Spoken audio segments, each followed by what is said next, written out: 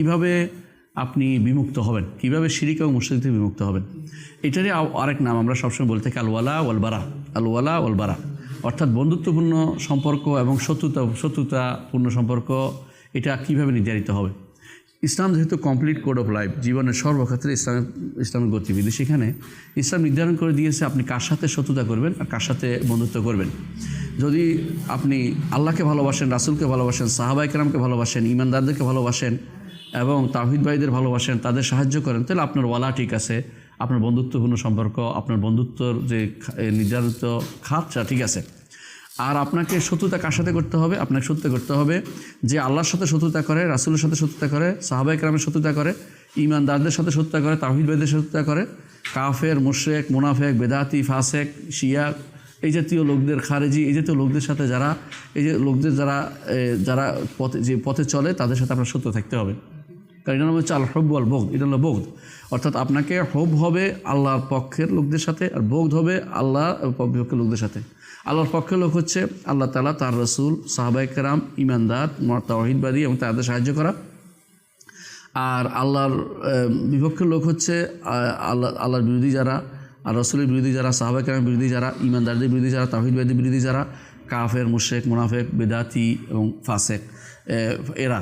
সুতরাং আপনাকে এখানে বেদাতি বা মুশরিকদের সাথে শত্রুতা আপনার এটা থাকা জরুরি। এটা একটা গুরুত্বপূর্ণ একটা নীতি ইসলামের, যে আপনাকে ভালোবাসতে হবে ইমানদারকে এবং যারা তাওহীদ ভাই তাদেরকে, যারা কথা শুনে চলে, আল্লাহর বিধিবিধান মেনে চলে, এবং তাদেরকে সাহায্য করতে হবে এবং তাদের সাথে আপনার সম্পর্ক গাঢ় করতে হবে এবং তাদের সাথে আপনাকে সব সময় চলাফেরার চিন্তা ভাবনা করতে হবে। আল্লাহ তাআলা কোরআন কারীম বলেছেন ওয়াল মুমিনুনা ওয়াল মুমিনাতু বা'দুহুম আউলিয়াউ বা'দ। ইমানদাররা একে অপরের বন্ধু, ইমানদার নারী পুরুষ একে অপরের, অর্থাৎ নারীরা নারীদের বন্ধু, ইমানদার পুরুষরা পুরুষের বন্ধু।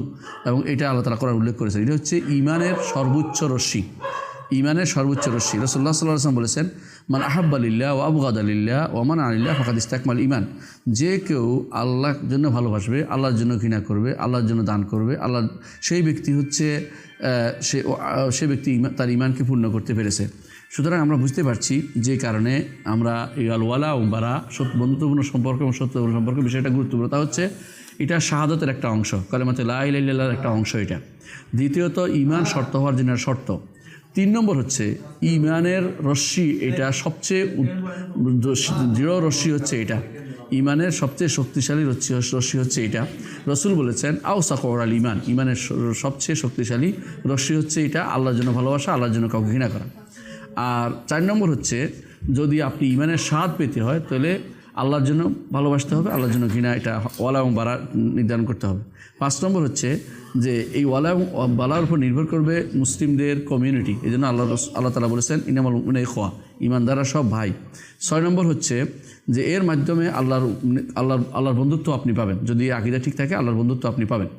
আর 7 নম্বর হচ্ছে যদি এটা ঠিক না করতে পারেন অনেক সময় কাফের হয়ে যাবেন, কারণ ওমান ইয়াতাওয়াল্লাহু মিনকুম ফাইন্নাহু মিনহুম, কেউ যদি কোনো কাফেরদের সাথে বন্ধুত্ব করে কাফেরদের অন্তর্ভুক্ত হয়ে যায়। 8 নম্বর হচ্ছে কোরআনে কারীমের প্রচুর পরিমাণে আয়াত এবং নস আসছে, এটা গুরুত্ব দিতে হবে। আর বর্তমান সময় আমরা দেখতে পাই মানুষ কেন দিন থেকে দূরে সরে যাচ্ছে, এটা আমরা অনেক সময় দেখতে পাই। দেখেন ওয়ালা এবং বারাতে কতটুকু তাদের সমস্যা। 1 নম্বর হচ্ছে তাদেরকে দেখতে পাই যে তাদের কাপড়ে, পোশাকে এবং তাদের কথাবার্তায় তারা সবসময় কাফেরদের অনুসরণ করতেছে। দ্বিতীয়ত কাফের দেশে বসবাস করতেছে এবং সেখানকার জিনসিয়া নাগরিকত্ব নিয়ে যাচ্ছে।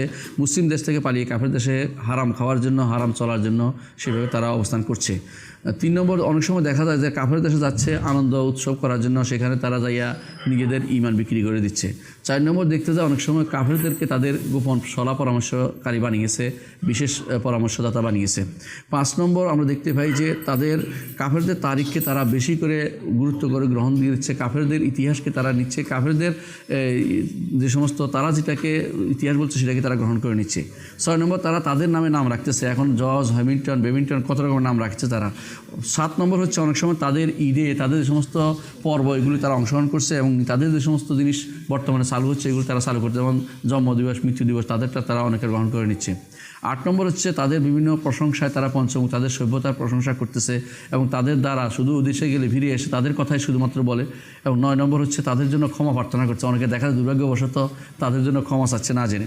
আবার 10 নম্বর হচ্ছে অনেকে আছে বলে রিফ, কাফের মরে গেছে রিফ, রিফ ইন ফিচ, অর্থাৎ আরও বলতেছে যে তারা ওপারে ভালো থাকুন। অনেকে বলতেছে ওপারটা কেডা, ওপারে আছে না কিছু, তো জাহান্নামের কীট। সুতরাং কাফেরদেরকে যতক্ষণ পর্যন্ত কাফের না মনে না করবে কেউ, সে ব্যক্তি ইমানদার হইতে পারবে না, এটা আমাদের জানা উচিত। আল্লাহ আমাদের বোঝার তৌফিক দান করুন। সুবহানাকাল্লাহু ওয়া বিহামদিকা আশহাদু আল্লা ইলাহা ইল্লা আনতা আস্তাগফিরুকা ওয়া আতুবু ইলাইক। আসসালামু আলাইকুম ওয়া রাহমাতুল্লাহি ওয়া বারাকাতুহু।